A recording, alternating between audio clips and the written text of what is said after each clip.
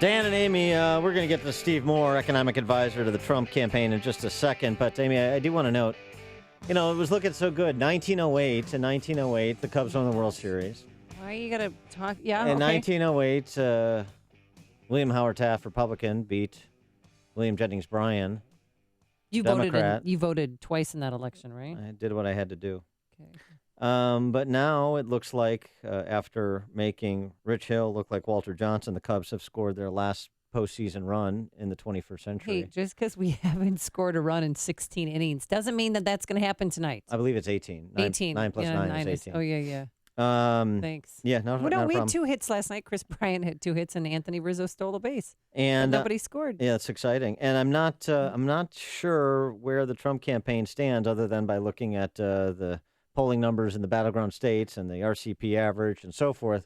But it seems pretty clear that he's got to offer something game-changing in the debate tonight. We've been soliciting people's calls in terms of what that would be. Jane from Burr Ridge has an idea that would be a newsmaker. Hey, Jane, you're on Chicago's Morning Answer.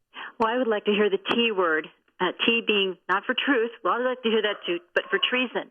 I'm kind of surprised we haven't heard it yet.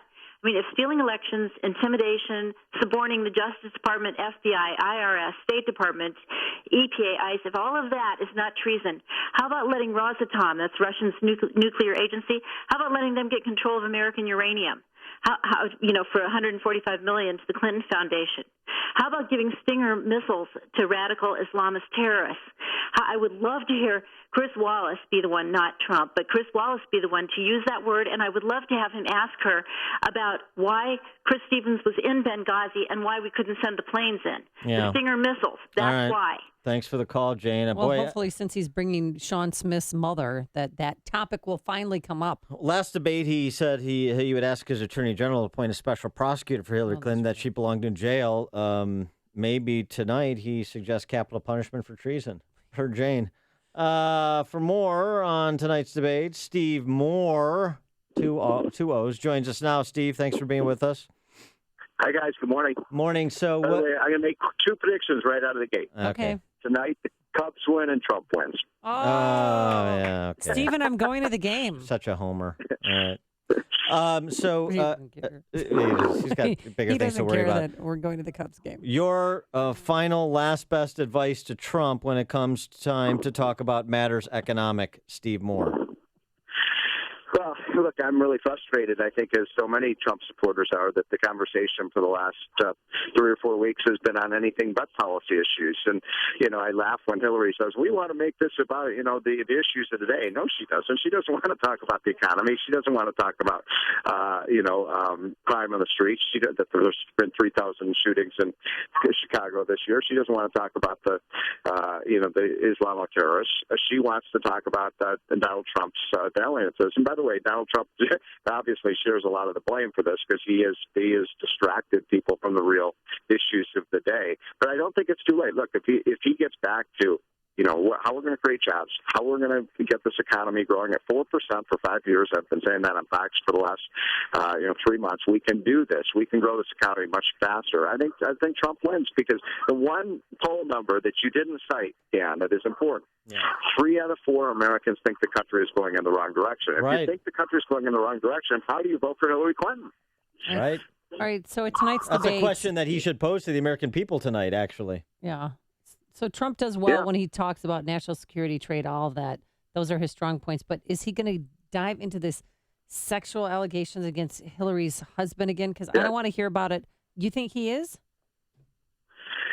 Look, I agree with you. I think he's off message. It's that simple. He is off message. And by the way, Amy, as you know, for the last 3 or 4 months, you have been my one-person focus group. And, right now we have a contest between a womanizer and a pathological liar. And I wonder which one you're leaning towards right now. I sorry. need to see the third debate. I'm Wait, one of those. I'm sorry. Who's the womanizer and who's the pathological liar? Dan's reading National Enquirer. But it is. I mean, look, people are disgusted with this election, and we got such huge mega issues. The numbers just came out by the Census Bureau, for example, last week, that for the first 6 months of this year, median family incomes have declined by another $400, and we just can't keep this up. We're on a downward decline. The economy is not performing as it should be, and God forbid that we have 4 or 8 more years of this. Do you think we're at a stage in this country where, a businessman can't win? A businessman doesn't have the attractiveness that maybe they did once upon a time, although the last non-office holder business person to be a presidential nominee was Wendell Willkie, and he got his clock cleaned by FDR in 1940. But, I mean, my point is to say that capitalism is a bad word among half the population. And so kind of Trump's value prop as a successful businessman has more limited appeal than we'd like to believe it has.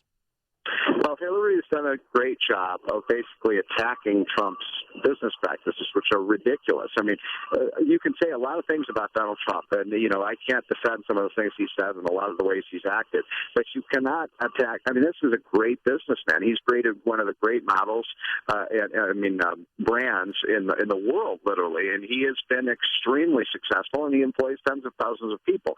Hillary wouldn't know how to run a lemonade stand. She's never run a business. She's never worked for a business, for goodness sakes. She's been in politics. She's a career politician. And by the way, one of the things that Trump brought up yesterday, I thought was a great issue.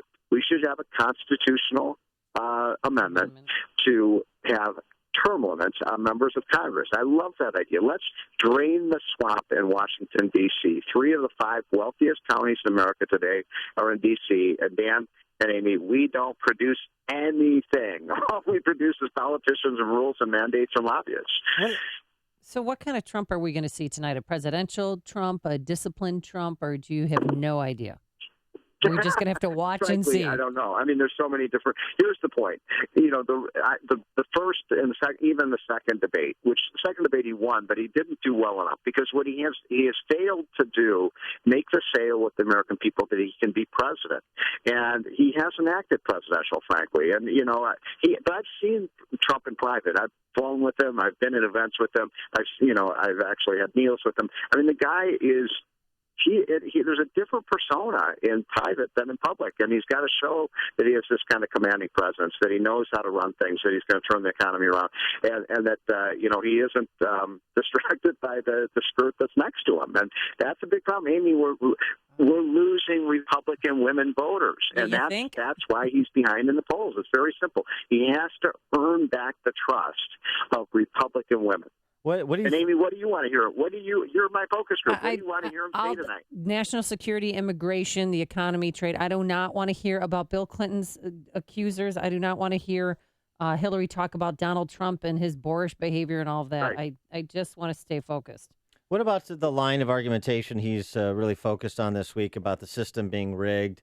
There are other people who've suggested the system is rigged too, like Elizabeth Warren. She just says it's the banks rigging it. Like President Obama, they'll do anything to rig the system. People say the game is rigged. That was Hillary Clinton on the campaign trail.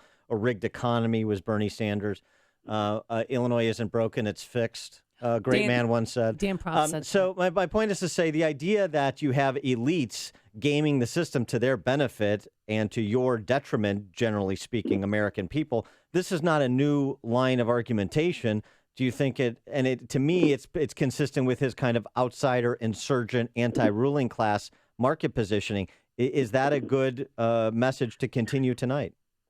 Yeah, I think that the heart of the matter is very simple, that Hillary is the epitome of the ruling class. And the ruling class, the reason these emails are so interesting, to read the WikiLeaks, is how contemptuous Hillary is of and liberals in general are contemptuous of working class Americans, and they thumb their nose at these people. And when she said in the last debate, when I said that you people are deplorable and that you're irredeemable and racist and sexist, I was talking about you, Donald, not your voters. Well, that's simply not true. She was talking about his voters, and she does think liberals think half of the American population is degenerate and stupid, and we're not stupid. Just because you're conservative doesn't mean you're stupid. I mean, she's the one who is adopting stupid policies. So yeah, I love the theme, Dan, of she represents the ruling class Donald Trump represents the working class.